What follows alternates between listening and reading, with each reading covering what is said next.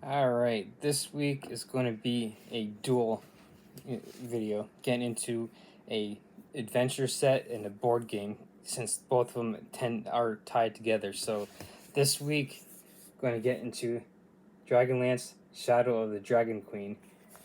This is an adventure set that is set for characters levels 1 to 11. It's in the Dragonlance campaign setting, and so me personally, I was first introduced to Dragonlance Chronicles way back when I was in like sixth grade, like back in like the mid '90s.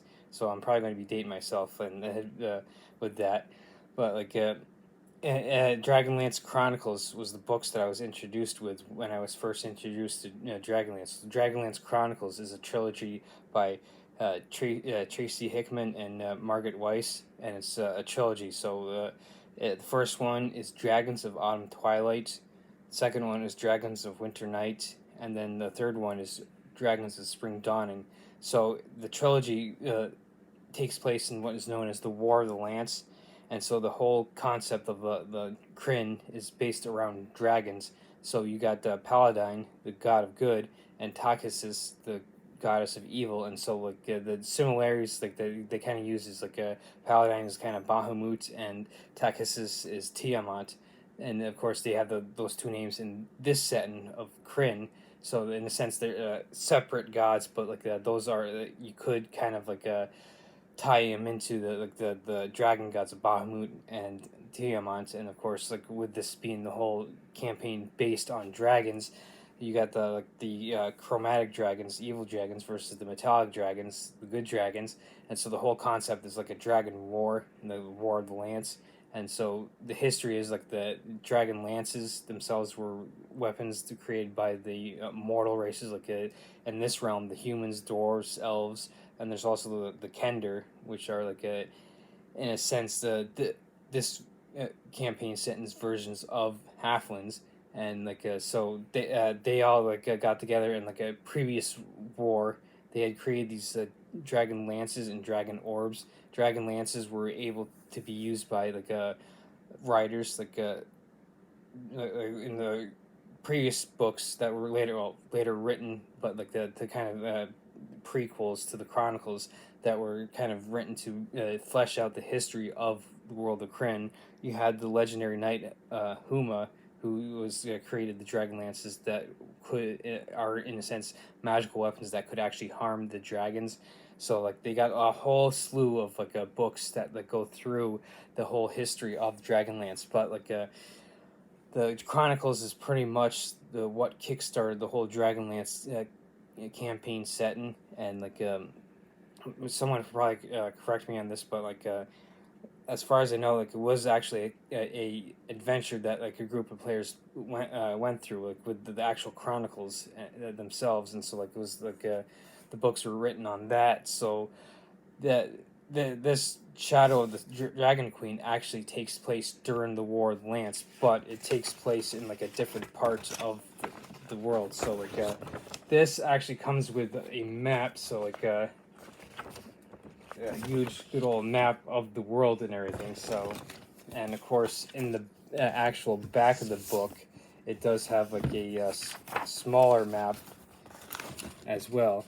So the War of the Chronicles happened way down here in Ansalon, and this adventure actually takes up in here in the northern waste in Calaman. So you're kind of in a sense far removed from the events of the actual chronicles, so you're not necessarily going to run into the characters for the actual Dragonlance Chronicles series. So you're in a sense running your own campaign, but you're still going up against the dragon armies.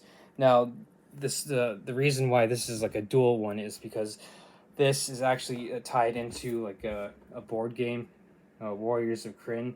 So there are battles that you can use this board game for those battles and everything. So the board game actually comes with a booklet that you can use for the actual adventure, and it's got a rule book for running the actual board game itself. And so and of course it does come. This does come with your typical tokens and terrain that you can use So now, technically, you can use these separately or together. So like got the actual like a terrain that you can put down and like spread out for the actual battle. So like, you're actually battling as armies in this. So like and of course you got like all the cards that you use, like you go through with the rule books, and of course they do have like the actual figurines that you use for your characters too, just like pretty much like every board game does, just like I went over last week with the Hero Quest. So technically, you don't need both of them to run either or. You can run them separate, but they are tied in, so you can use them together. So that's what's kind of cool about like this one, is that like most adventures, the D&D adventures, they don't actually have a board game that's tied into them. So like this is what makes this one kind of unique. But like if I'll reiterate, you don't necessarily need to have one to play the other, so you can play them separately or you could play them together type of deal. So like getting into the actual like Dragonlance Shadow of the Dragon Queen adventure set itself, this one is designed for player characters to take them from level 1 all the way up to level 11. So you got like the in the table of contents, of course, like here, like this is great for DMs. Now most of this book is designed for DMs. So like the first part is basically like the background information, and like it goes back in like into the information that I just recently went over, and it gives the whole back story of like the characters of the Draconians with the dragon armies of the evil that are now starting to sweep across like the area that you're in the northern part of like where Calaman is, and where the Knights of Solamnia, or I'm probably mispronouncing that. So like, this does give like an actual map, like before the world map, it shows like the area map of like where this is actually taking place, and of course they do in the back have concept art that they use for this. So this is like actually like a in a sense the zoomed in version of the area that you're actually going to be in. So like you're in the town of called Calaman in the northern waste. So this is kind of like in the northeast section of like the kingdom of Solamnia, where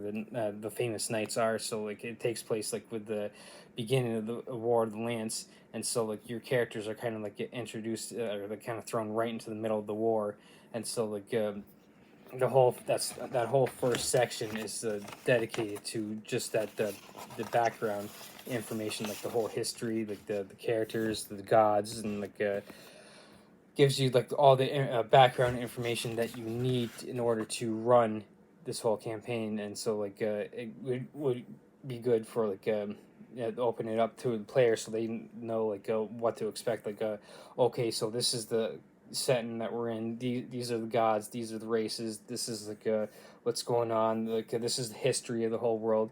So like it does have this first section that like I said opens it up so that both the DM and the players know the whole setting. So if you're not familiar with the actual books, like the Chronicles, and then they went on to like write the legends, and of course they got like the heroes. They go like further into the heroes of the Chronicles and like backstories of that, and they got like other stories that happen all around the whole world during the whole War of the Lance, and like the books do progress past the actual War of the Lance, and like introduces like the new characters and everything. So, but like that's like a whole nother story of the whole book line and everything. So you don't necessarily need to get into the book line to really get into this. Like so, like I said, with this first section is great, and that it gives you all the information that you need to just basically jump right in and create characters and be able to get up and running. So the first chapter is actually the character creation. So like you can go over, and it goes over the races that you can play and everything. Of course, you can import characters, like different character races, because like I did watch a playthrough through this on the Quest Keep, where a group that actually went did a playthrough, and there were like there was a TikToker, Quincy's Tavern, who played a rabbit type character. I forget the name of the race, but like you can, in a sense, introduce new types of character races to kind of like make it your own. So you don't necessarily need to do like the traditional like elves, humans, dwarves, and in this case the Kender or the gnomes. But you can it does give you all the like background information to be able to make characters based on that. So that way, like you can just like in a sense run a session zero, which in the concept of session zero is basically getting all this background information, getting everything set up, doing the character creation, and getting the whole campaign set up, so that way when you do actually start running, you're not actually in a sense wasting time doing all the character creation, background information. Like you are for instance, I'm dropping this on a Saturday. You could do a session zero on like this Saturday, for instance, and then next week, you're all set up.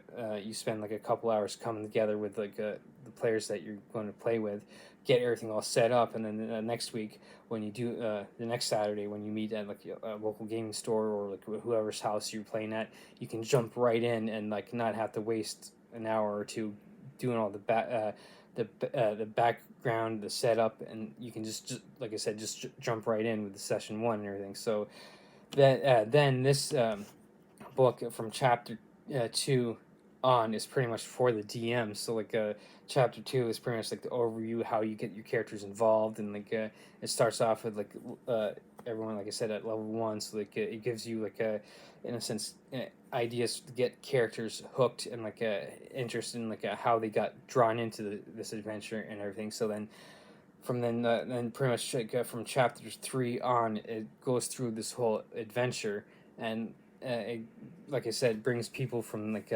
levels 1 all the way up to level 11. So with this book, it does break it down for the DM. So in the chapter 2, it just gives the background information for the DM, like how to get things going. It does give an adventure flow chart. So chapter 2 will begin you're just starting off, and it's for it breaks it down for the chapter 2 is basically the start where you're getting into level 1. Chapter 3 is for the moving on up into level 2, 3, and chapter 4 you're moving up through levels 4 and 5. Chapter 5 you actually get your way further into the adventure outside the initial cities and stuff, and then you go from up to level 6 through 7.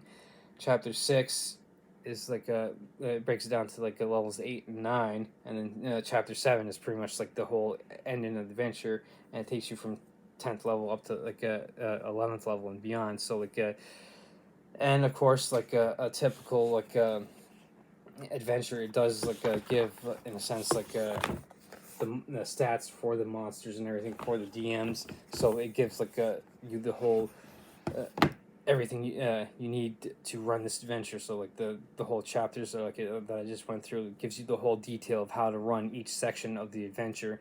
And like I just showed, it gives you the monsters that are appearing in this adventure set. So the Draconians are a big part of this adventure set. And so like I said, with the box set, they do have a battle, army battles interspersed through the adventure that you can partake in using the actual box set, the board game. Now, I'll reiterate, like I've said before, you don't necessarily need the board game to run this adventure set, because the Quest Keep playthrough that I watched months ago, they didn't necessarily use the board game. They just did the whole adventure set itself and everything.